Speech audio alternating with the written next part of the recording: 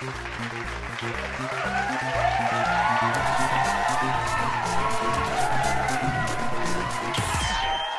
this is the Never Heard of It podcast. I'm Shawn Harwell. And I'm Craig Moorhead, and Never Heard of It is the podcast where we talk about the movies that have somehow slipped by us. That's right, so maybe we should just dive right in, yeah? Let's dive in.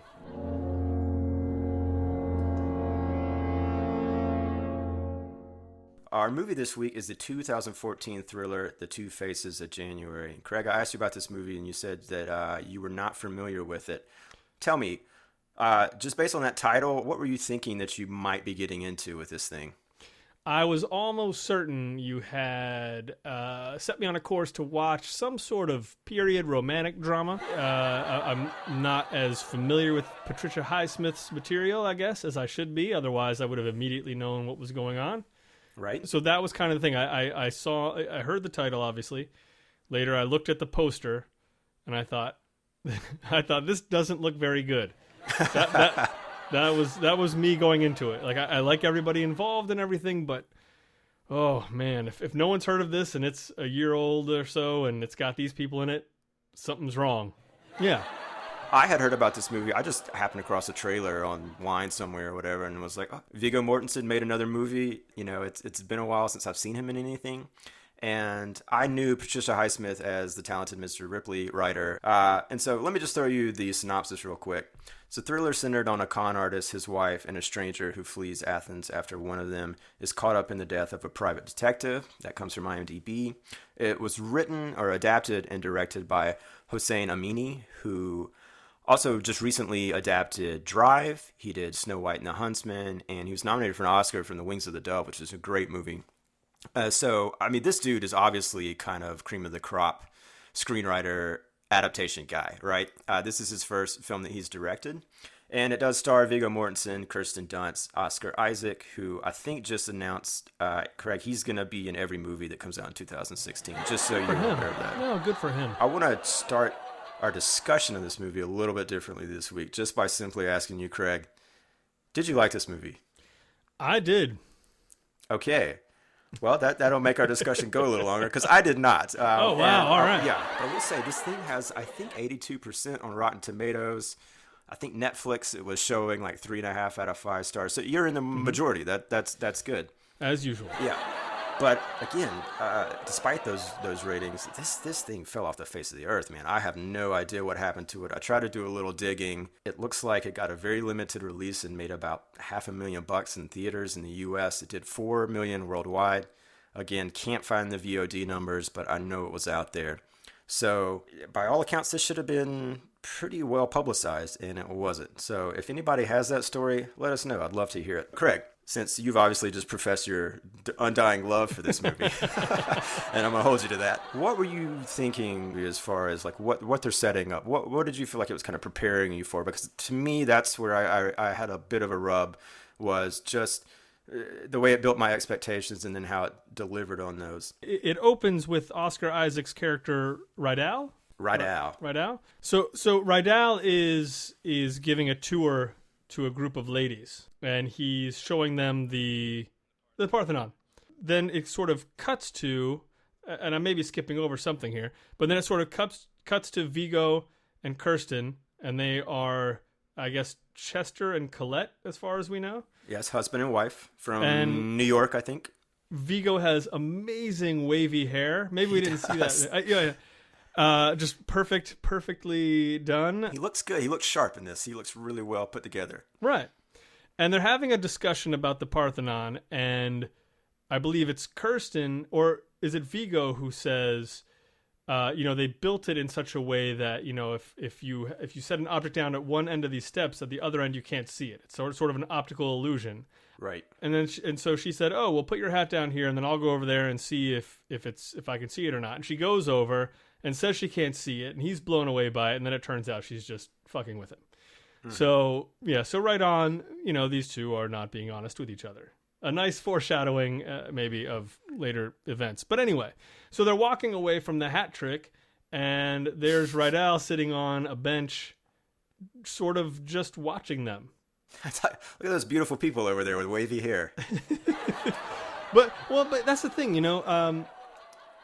he seemed menacing, even at the Parthenon. He seemed to do that in a menacing way. And here's the thing. Going into the movie, I thought it was going to be a romantic drama. So, right. So, so at the point at which I saw Chester and Colette on the steps there, I'm thinking, oh, okay, it's going to be this love triangle, which it eventually becomes. But then when I saw him, the way he was looking at them when they were walking by, I was like, oh, so he's someone who means them harm. And I think it was around then maybe I actually did a search about the movie and realized that it was written by Patricia Highsmith. You cheated, basically. Basically, who did Town of Mr. Ripley. Did you go ahead and read the ending of the book as well? I know, but I fast forwarded to the end. Oh, good to idea. See how it turned out. Let's listen to a clip from Two Faces of January.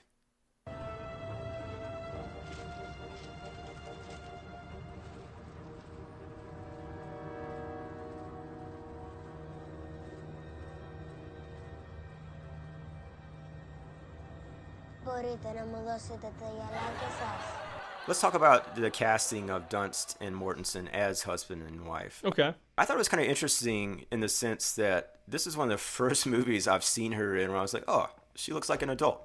Yeah. And yet there's still, I looked this up. I think there's 24 years age difference. I know it's Hollywood. You're never going to get a 56-year-old actor and a 56-year-old actress. Like, they just don't do that. Right. It maybe, plays a little better here because of the nature of Chester and kind of who we learn he is, in fact. But, having done Holy Smoke, and we had a bit of issue with Harvey Keitel and Kate Winslet, did this rub you at all in a similar way as being miscast as far as the age? No, honestly. I'm kind of hot and cold with Kirsten Dunst. Yeah. Some stuff, obviously it totally works. Some stuff it doesn't. I don't feel like she's killing anything here. I do think she's kind of an odd choice. Mm-hmm. But at the same time, kind of like what you were saying, she looks older in this movie than I feel like she even looks like in real life. I was actually trying to figure out if they were aging her or not, because it made actually more sense to me if she was much younger than him. That he was a guy who suddenly has all this money. Right. He would seek that out. He definitely seems like that type of character. Right. Yeah, he's looking for the younger lady. Well, and he kind of says it later a little bit, where he's like, well, if you've been through enough shit in your life, and then you find, this person who you just think is everything, then you have to hold on to them. But it still kind of comes off as a guy who grabbed his hot secretary and is feeling like he's in love because she's young and she's yeah. So anyway, so that much worked for me. Well, and she very much fits kind of that Hitchcockian blonde model in this movie quite a bit. I mean, there's specifically later on in that scene on the bus where she's wearing the I'm going to call it a bandana, but I'm sure it's called something else that women wear on top of their heads, and the shades, and she's just sitting there, and I'm like, oh yeah, she totally looks like she just walked straight out of a Hitchcock movie. Yeah. And I like that, but in some ways that was my general problem with this movie is I do feel like I would have appreciated it better if it had come out in 1950 in a lot of ways. Let's talk about the thing that sort of really kicks this movie off, and that's when a little bit later there's an incident in a hotel where you've got a guy who basically shows up looking for Viggo's character because you find out that he's a stockbroker of some sorts back in New York, and he swindled some people out of money. And one of the people he swindled out, I think it said, was attached to a gambling syndicate. Basically, he stole from a crook, I think is the implication. They've sent this very sort of burly guy to come collect the money or bring this guy back or possibly kill him. And they then go into the bathroom of this hotel room and have their altercation, and Viggo ends up killing this dude, which, I think if we've learned nothing else from movies between this and Eastern Promises, it's you do not want to fight Viggo Mortensen in a bathroom. Clothes or no clothes, doesn't matter. I would say opt for clothes, and then, yeah. Sure, see where it goes from there. Yeah, don't just assume that if he doesn't have clothes on, you're going to be able to take him down, because we know that's not going to happen. Not going to happen.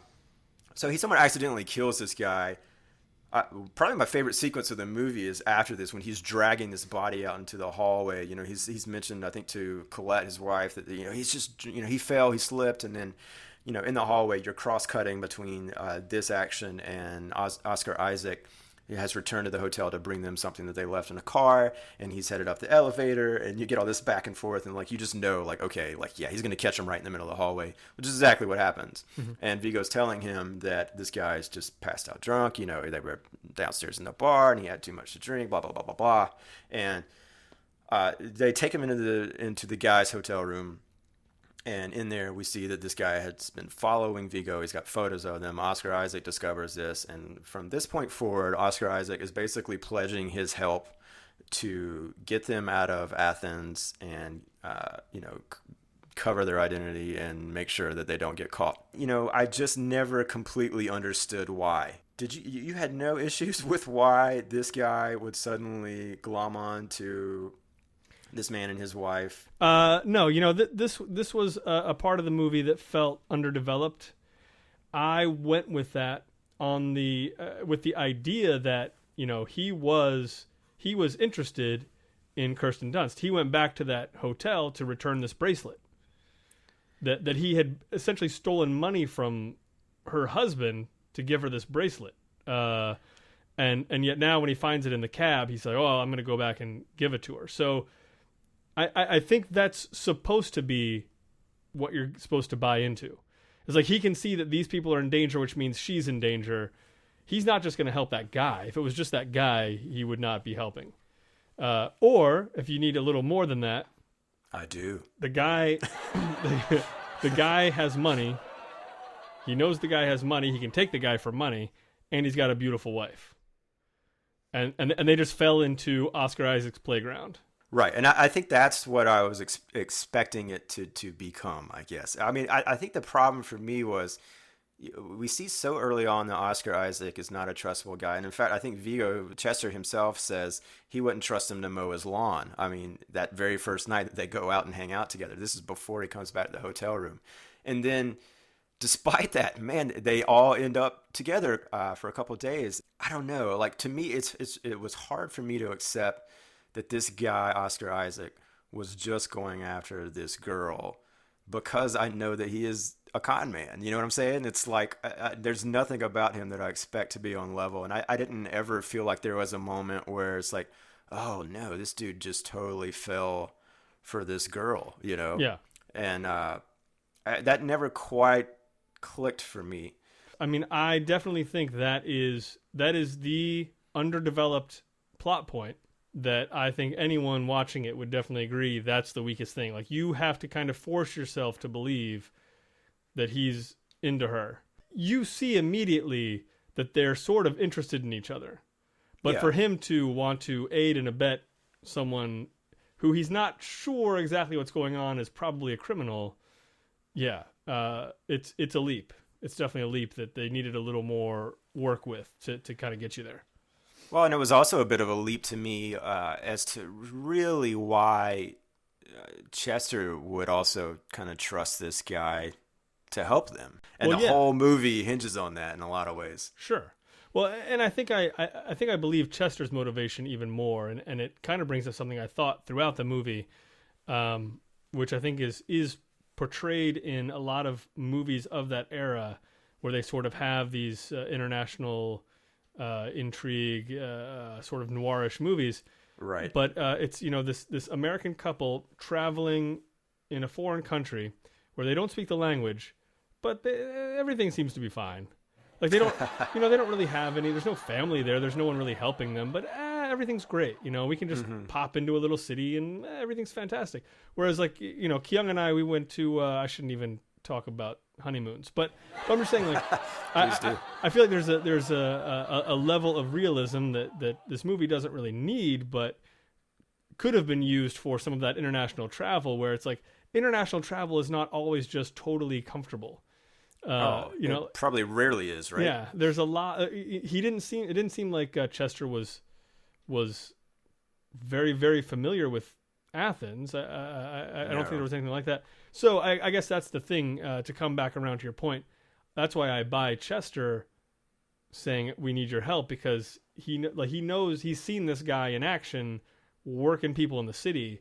Right. If he has any chance of getting away with murdering somebody, it's this guy. he's not going to be able to go out and find somebody else and convince them to help him. See, but I don't know, because maybe I've just seen too many damn movies where I'm like thinking, was like, if he's in this position, you're really going to trust that guy not to rat you out to the cops, like this dude who just, skimming money off of you when you're buying stuff in the flea market. Sure. If that's your only option, okay. And like, I do think that's what we are led to believe. And I know he even says at one point, it's like, well, we need him just for a couple more days if nothing else. Right. And, but man, I don't know. I just, like, the whole time I'm like, why are they trusting each other, and why would they? Yeah. So I don't know. I wasn't quite sure, but I will say, we'll go back to the idea of Rydell and Colette a little bit. I did have a moment where I wrote down, I'm like, they're totally going to have sex in this thing. And that's on page 1 of my notes, right? Yeah. And by the time I got to page 4, I was like, this is just not happening. And I think I wanted that, man. I really do. Like, it's like, I'm not trying to say that I need to have some stimulation and titillation in every movie. And I do think that's part of what makes this feel, specifically like a movie from another period a little bit, is that it doesn't go in these places. But I did kind of long for that, like a little more sexual tension between them. Even just hearing Viggo tell Oscar Isaac, like, you do not touch my wife. Like, don't even look at her. You know what I'm saying? It's like, right. They never quite have this moment. Let's talk about the journey, though, that this thing takes, because I do think this movie definitely takes a surprising turn towards that third act. But what's some stuff that kind of really stood out to you and kind of was really grabbing you through the meat of this movie, which is not a very long movie, but it definitely has a very sort of specific pace to it. Right. Well, what was sustaining me through the movie, at least for me, was the tension between the three of them. I thought I just told you that's wrong, though, right? Oh, you're right. No, there was no tension whatsoever. Yeah, okay. So aside from that, and that's what I really enjoyed. Okay, but no, this is great. This is cool to see that we do have different opinions for the first time. I think in this podcast. It's like, I don't know. It's like, why these things work for some and not for others, but that's the joy of movies, right? Right, absolutely. Continue. So I'm sort of enjoying that because these two guys don't like each other. And at a point where it's advantageous for the both of them. I mean, once you get a little bit further into the movie, then Rydell is just as culpable as Chester is. So it's much harder now to just turn that guy into the cops. And then you have these great, I don't know if it was supposed to actually be nods to Hitchcock, sort of these Hitchcockian moments, but there's just little bits like when the bus makes its first stop and Rydell is realizing what actually happened, that this guy is actually dead. Mm-hmm. And you see it all from Chester's point of view from the bus, where he sees Rydell looking at a newspaper, which Chester has been flipping over everywhere he sees him. He's been trying to, hide the faces as if that's going to, erase the crime. He moves the coffee cup on top of his phone. I didn't see a crime here. No. But yeah, so Rydell is walking back to the bus, and then that's in one half of the screen, and the other half of the screen you see two police officers, I assume, and a guy comes up and starts talking to them, and there's a moment where Rydell stops walking and kind of looks at the cops, and it cuts back to Chester, and it was kind of that nice little tense moment. It wasn't overplayed, but it was just like this is where we're at. Like, this is what all these people are thinking. It's like, sort of, when can I turn that guy in so that I have the advantage, or it's like sort of trying to see how everything's going to play out, as every movie is. So that's really not very deep, but so deep, so deep. Well, let me ask you this then. Yeah. On that line, I really liked the scene where Chester woke up. They had to stay out all night, basically, because they can't get a room, and there's a bus leaving in the morning. So they stay awake all night. Chester gets drunk. I'll get to that in a second. Mm-hmm. But he wakes up before them, and he's kind of sees them basically asleep on two benches, and he's walking around a little bit, just kind of taking in the scenery, kind of trying to figure it out. And, like, to me, that's like a moment where he could have ran, or I don't know. I felt like there were moments where those things probably could have happened. One of them specifically being later on when Rydell finds Chester on the boat, and Chester's literally getting ready to kind of throw him over. I was like, why don't go ahead, just throw his ass into the ocean and be done with it. And it didn't happen. Right. There were moments where I was like, Rydell, why don't you just go take this dude's briefcase full of money, which you know is full of money, and hit the road, man, hit the road. Like, that was the thing, is like, to me, that's where, if I had known better that he was there for the girl, which he does say later on, and it was a concept I really like, it just didn't feel like it was executed. Like, that to me makes sense. Like, why is he sticking around? Yeah. But also, look, if Chester's a guy who's really worried about getting found, he does a lot of stuff to make his ass noticeable. Like, he gets drunk like 16 times in this thing and is walking around starting fights in the middle of these towns where he's the only white dude that's American. And he's like 7 feet tall. He's 7 feet tall, and then that wavy hair. He's got that wavy hair, It's like he stands out. And so, part of me is like, I'll forgive it because this is just a dude under a lot of stress. And then part of me is like, I don't know. In 2014, I need a little more sophistication from my thriller characters. And, like, I want to really believe in every bit of their motivation. Sure. So please, keep telling me how I'm wrong. I can't really argue with a lot of that. Yes. I didn't. I won. You did. I'm won. kidding. I hate this movie now more than you do. This is so relieving to hear. Yes.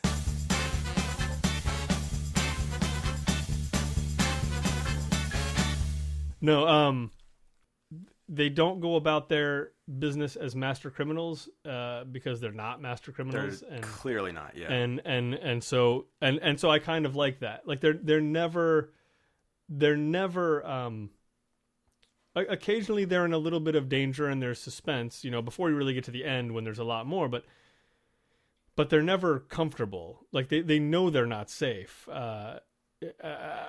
I'll definitely agree with you that he could have done a lot more to hide how he looks, especially once they see themselves in the paper. Like, at least she puts on a babushka and some sunglasses, She looks totally different. I had no idea it was her. But yeah. Part of the trick, and one of the things I'm really glad about that I watched this is because I do think that that's a really interesting look at what happens when you've got two leads who are characters that are scam artists of some kind. I think immediately my expectations were, oh, these guys are super clever, and like we're talking about it now, it's like, yeah, I like that they're not that clever. And yet I couldn't fight my own expectation that I wanted them to be smarter because they're criminals. Like, they're supposed to outmaneuver each other. Yeah. Yeah. It's like, even like I was thinking of Dirty Rotten Scoundrels, and like those two idiots, it's like they're con men and they're dumb, but they've still got these sort of like clever little moves that they play. And so I don't know. I mean, I kind of feel like this is a product of the time that it was written, but it's interesting to look at it in a really sort of modern context. And like, it's like I feel like I'm fighting just my own kind of lame needs for instant and sort of modern gratification when it comes to storytelling. Well, yeah, and you are, and that is your mistake. But I think that exactly. No, I think a big part of me enjoying this was finding out later that there was going to be this element in the movie. I mean, it's like a huge gift. Right. It's like, no, Craig, you're gonna have to watch Beaches, but then Beaches turns out to be like a thriller, and it's like, oh, that's great. Yeah. I'll get you yet. I'm gonna pick one that's just like Beaches. It's just straight romance. I'll get you. Now that you've said this, be on the lookout. Honestly, I can't even say I hate Beaches. Like that's actually really mean and rude. There's some really bizarre shit that happens in Beaches, but. That being said, so I was kind of taking it as a movie that might have been made in the 50s or 60s and just kind of accepting it for these dumb things. It's, Superman putting on glasses and he's Clark Kent, it's just like, oh yeah. So I'm definitely skimming over the top of this a little bit and it's cool to keep the enjoying. No, absolutely.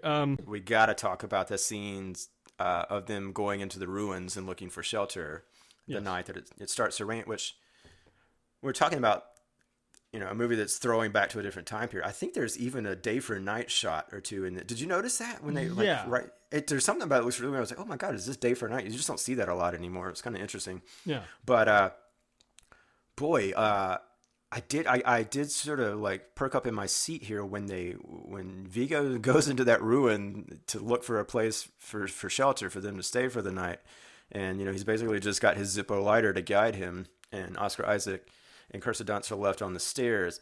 I was like, oh, okay, something crazy is about to go down in this thing, and then I felt like it still surprised me the way it played out there. I did not see Colette meeting her demise in that scene. I wasn't expecting that, and I kind of liked it.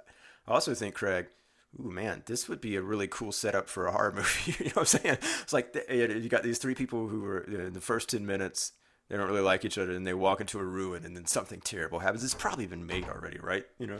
Most likely. Well, there is that movie called The Ruins. Okay, but they're not in the ruins; they're on top of the ruins. But that's all. Yeah, it's totally different. I was also kind of thinking, how cool would it be if like a Minotaur just came out and destroyed them? That would have been amazing in this movie. Yeah, then you would have had some surprises. What was funny about this, Shawn, is the beginning of that sequence of them going into the ruins. Right. This was the first part of the movie that I was like, oh, come on. Okay. Yeah, so the part where you perked up, I was feeling disappointed. And we have totally different DNA. What happened here? I don't know. It's great. It's mean, as it went on, I definitely got into it. But the thing that kind of drove me nuts was I kind of felt like, wait, why is he going off into the dark by himself? Yeah. Like, why wouldn't they just all go together? There doesn't make sense for him to go off. What if he gets lost? What if the lighter goes out? Now somebody's just lost in the room. That doesn't make any sense. What if the Minotaur comes out? What if there's a Minotaur? Yeah, no one ever thinks of these things. No, but in Greece you have to. You do. I think that's a very good point, and it also maybe. And it felt like one of those horror movie cliches of, what's that noise upstairs? I'm going to go upstairs. It's just like, no, we're not going to do it this way. But anyway, yeah, go ahead. And, now that I'm thinking about it, it's a little like, I wasn't sure why would I expect anything different to happen when Oscar Isaac goes looking for the guy. It's like, what indeed was he going after to find, or what did he think he was going to find? He was really unprepared for the fact that he was about to get punched in the face or hit in the face with whatever he got hit with. And I was pretty unprepared for it too, oddly enough. Yeah. And I think it was actually probably Rydell going off by himself more than even Chester going off by himself that really kind of drove me crazy. Okay. Like, now, really, why are you going to separate yourself? Like, this is now it's ridiculous. But it's definitely otherwise. It's a very effective sequence. And yeah, then when it wraps up with her dying, I mean, just couldn't be more of a surprise. Couldn't be a better twist, I think, for this movie. Because now, if you've bought into the fact that this woman is essentially keeping these guys glued together, well, now she's dead. So now it's, whatever gloves can come off will come off, and their meager brains will have it out and try to, one-up each other. And they sure did with pretty disastrous results. They did. One of them anyway. They did. Okay, let's look at how this kind of plays out in the end, because I do think there's some, just good examples of things going on structurally and from a writing standpoint. It's always fun to watch kind of any kind of cat and mouse caper. I think I felt like I was a little bit ahead of the plot here, as far as figuring out that Vigo was in fact kind of setting Rydell up to be framed for this murder by leaving the suitcase. I think I maybe was just slightly ahead of that in the airport when they're supposedly going to one country and instead Vigo's hopping a plane to Istanbul. I also thought it was kind of slightly overdone as far as Oscar Isaac turns about 17 corners in that airport, and there's a cop around every one. You know what? Yes, actually, there are cops at airports. So, one of the things that both of you guys maybe should have thought about before going to the airport. But, I guess you got no choice, right? Then the next thing we know, I think he shows up in Istanbul, and we see that he is, in fact, now working with the cops to catch Vigo, and he's going to wear a wire. I was asking myself, if this is the end result, could it have taken place prior to Colette's death? Would that have, because she has absolutely no implications in the murder of that guy in the hotel. Sure. if his end goal was in fact to be with this woman, which is what he says he wants, and again, I think that's a really cool concept, would there not have been a chance, or maybe, do you think there could have been another situation where he could have cleverly set up Vigo to turn this guy in, clear his own name, and walk away with the girl? I mean, that's kind of where, I don't know, I got, my head was just thrown into the dryer and bounced around by this whole thing by the end of it after she died. Although, again, I appreciated the surprise. Walk me through your sort of sensual emotions in that last third act. Well, I took my shirt off and I turned up the heat, and then I started the third act. I always do that. Yeah, well, yeah, it makes it better. Again, that is the least developed subplot in the movie, is how those two felt about each other. And I think had that been built up in a way that you felt how he was feeling, that he was so desperate for this woman that he would make these pretty ridiculous decisions that helped the movie move forward, that would have helped a lot. Because I think, as long as she was alive, there was less danger that he would turn in Vigo, because I think that was still way too dicey. Even after they romped, I feel like... And did they, in fact, romp? They did. They romped. Okay. Well, because... We don't see it, though, right? No, we don't see it, which I know disappoints you. Because you like the full frontal situation. Okay. I know he tells Vigo that. Yes. That he did have this guy's wife. Mm-hmm. Okay, let me back you up. Let me back you me up through that and make sure that there is evidence to support that. I'm going to. You ready for this? Yes. Okay. Get ready to have your mind blown. Okay. Do not say, well, the sheets were messed up when you walked into the bed. You're not going to say that. Okay. I'm not going to say that. I'm going to use that scene, but I'm not going to say that. Okay. Okay, now. Okay, you listening? I'm loud and clear. All right. The sheets on the bed were messed up, right? Now, yeah, sorry. I have to start there. Chester goes in, so he already knows that they've been vibing off each other pretty hard. Right. He notices, yes, the sheets on the bed are messed up. He runs his hand along the sheets. I believe he smells his hand. As rage is growing, he goes over, he grabs the railing of the bed, and you hear his skin against the metal just going like he's about to crush the thing. Yeah. In my mind, I'm like, okay, they did it. I mean, if they just had sex in this room, that whole room smells like somebody just had sex. I mean, come on. So, or the bed was warm and they were just there. I mean, even if he doesn't know for sure, he knows.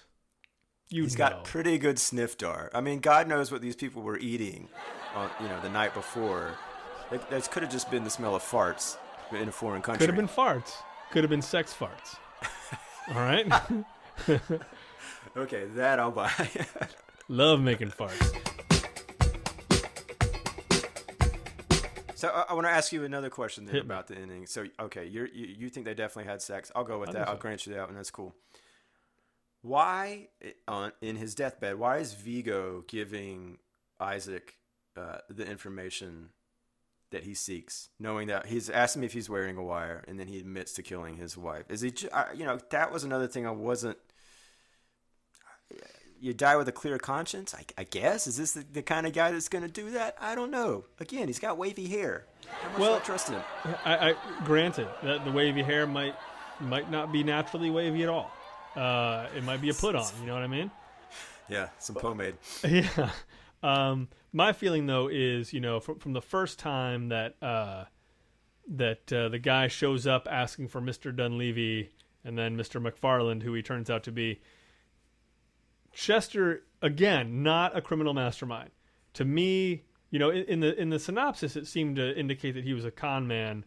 To me, it sounded more like he was just a sudden embezzler who saw an opportunity and made a bad choice, but ran off with all the money. I do think by definition that makes you a con man. Well, it does. So, it does, but it's not a lifelong con man. Sure, right. Not a career con man. Well, I mean, but if you described me as a con man, people would expect me to be able to take them for whatever they're worth. And it's like, no, I just there was a suitcase of money, and so one time you got lucky. Yeah. So I kind of feel like he hit the criminal lottery and kind of was already in over his head, and just started realizing it once people started knocking on his door. So yeah, my feeling is he doesn't feel at all good about having killed Colette. He basically has completely ruined his life. If anything he said is true about his wife, that was the only good thing in his entire life. Well, now let me blow your mind with this, which really won't help anything. It'll only serve to muddy the waters. The movie's called Two Faces of January, which is talking about Janus, I guess, from mythology. This character who looks both forward and backward is the god of beginnings and endings. And okay, so you have that. By the end of the movie, for some reason, Chester is now Rydell's father figure. Okay. So Rydell has not really killed his father, but his father is dead. Yeah. And when I realized, so they're playing this whole father-son thing, and then I thought, so you slept with your mother. So there's kind of this weird Oedipal thing going on. But that really doesn't help anything symbolically at all. It's all Greek, dude. It's mythology. Yeah. That was the thing. Like I was like, oh, I'm gonna dig into this, and everything's gonna be revealed to me about why this is playing out the way it is, and not really. The Oedipal thing is weak. Is a weak thing to sort of try and graft on there. Anyway, I think just in because I do think he technically is probably older than his quote unquote mother in that situation. Right. Oscar Isaac. And absolutely. I'm not positive, but No, absolutely. I mean, I bought the confession mainly because, this was not a hardened criminal with his heart full of revenge.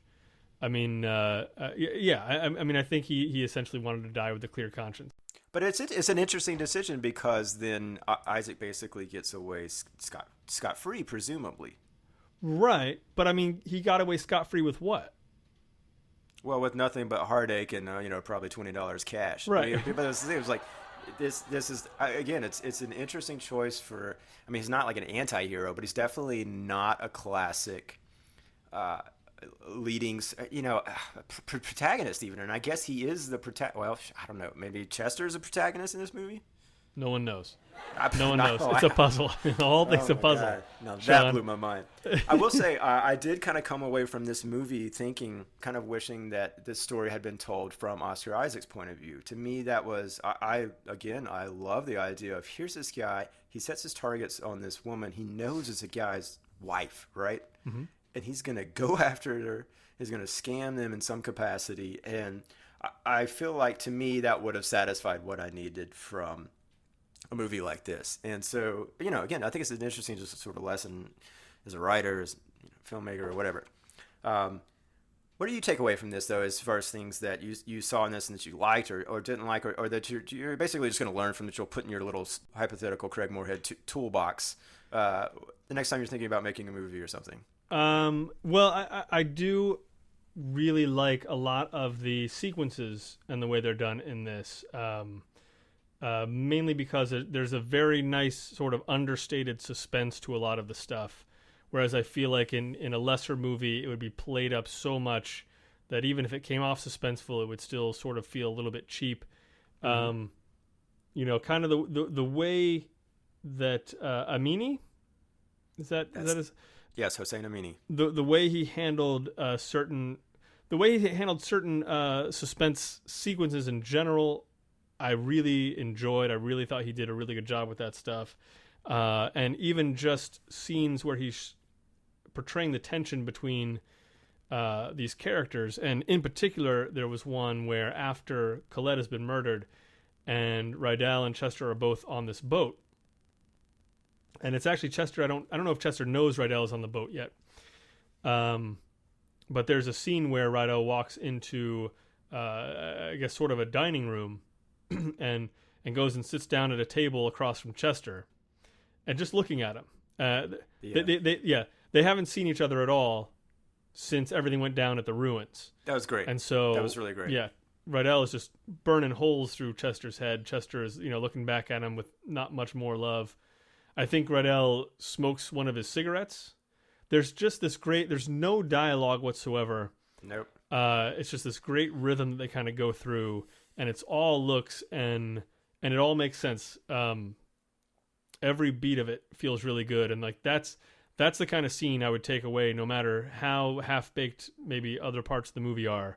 I would look at that scene and kind of think about what led up to it and why that worked so well for me, and I felt that so much, because that's definitely the kind of scene I would like to go for and stuff that I would make. Yeah, it's a great scene, and actually, I think most of the visuals in this movie I thought were pretty fantastic. Cinematography's got a really nice sort of golden hue to the whole thing. It just feels bathed in sunlight and olive oil, and it's a really good looking movie. Even just as a period piece, I think there's a lot to glean from this and sort of see what they did here on the production side of it.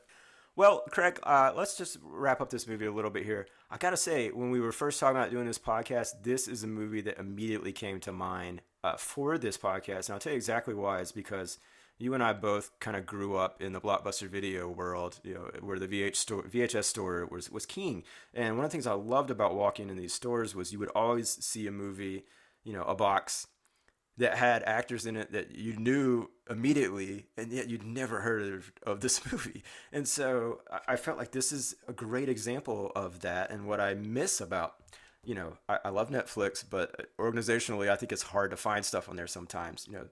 The beauty is that 9 times out of 10, whenever I would find one of these movies at Blockbuster, I would never ever rent it, because it's like, no, I've never heard of this damn thing. I'm gonna go get Garfield or whatever the hell. And It's nice to be able to kind of sit down with something like this and go, oh man, I'm such a big fan of Viggo Mortensen. I really like Oscar Isaac.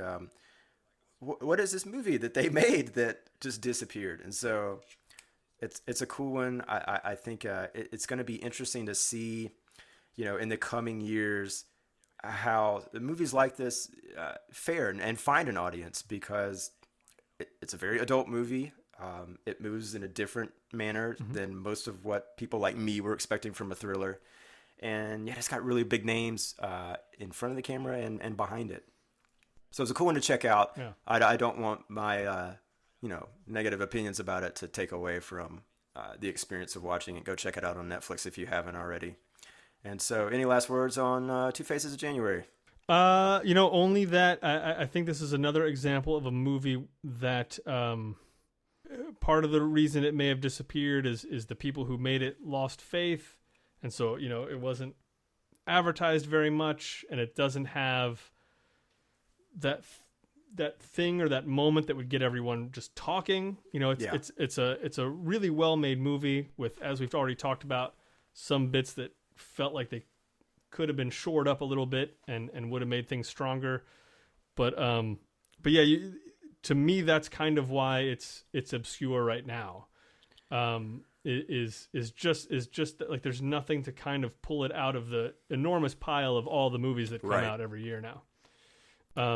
And any of that could change. I mean, Oscar Isaac's certainly on his way up. Viggo and Kirsten are well known.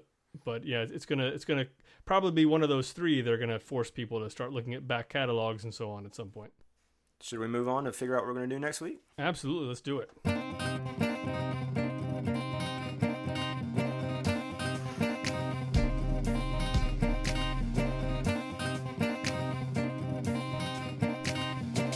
All right, you ready? I am. Have you ever heard of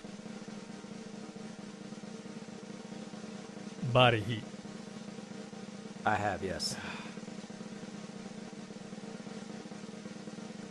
That would have been a good one to watch, Yeah, I know. I can tell that your sigh is just of disappointment. I was kind of disappointed. You're not going to get to watch it, yeah. Okay, how about this?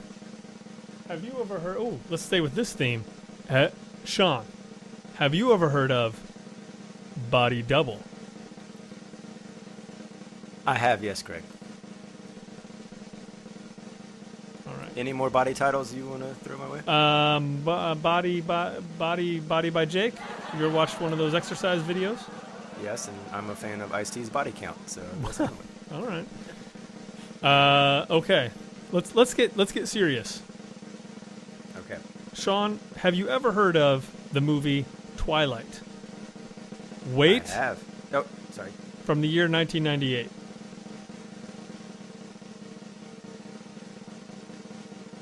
Did I just blow your mind? 1998's Twilight? 1998's Twilight. Not Kristen Stewart, Robert Pattinson. Not that. Not related to Taylor vampires Lautner. at all, as far as I know. Gosh, I gotta say, never heard of it. Yes. You got me I've wanted to watch this movie for a long time. with Twilight. You got me with Twilight. Wow, that was a little sneaky. Craig, but I like it. I feel really satisfied right now. Good, you should. Okay. Don't ever do it again. I'll never do it again. So, Twilight is our movie next week. Also on Netflix. Remember the one from 1998?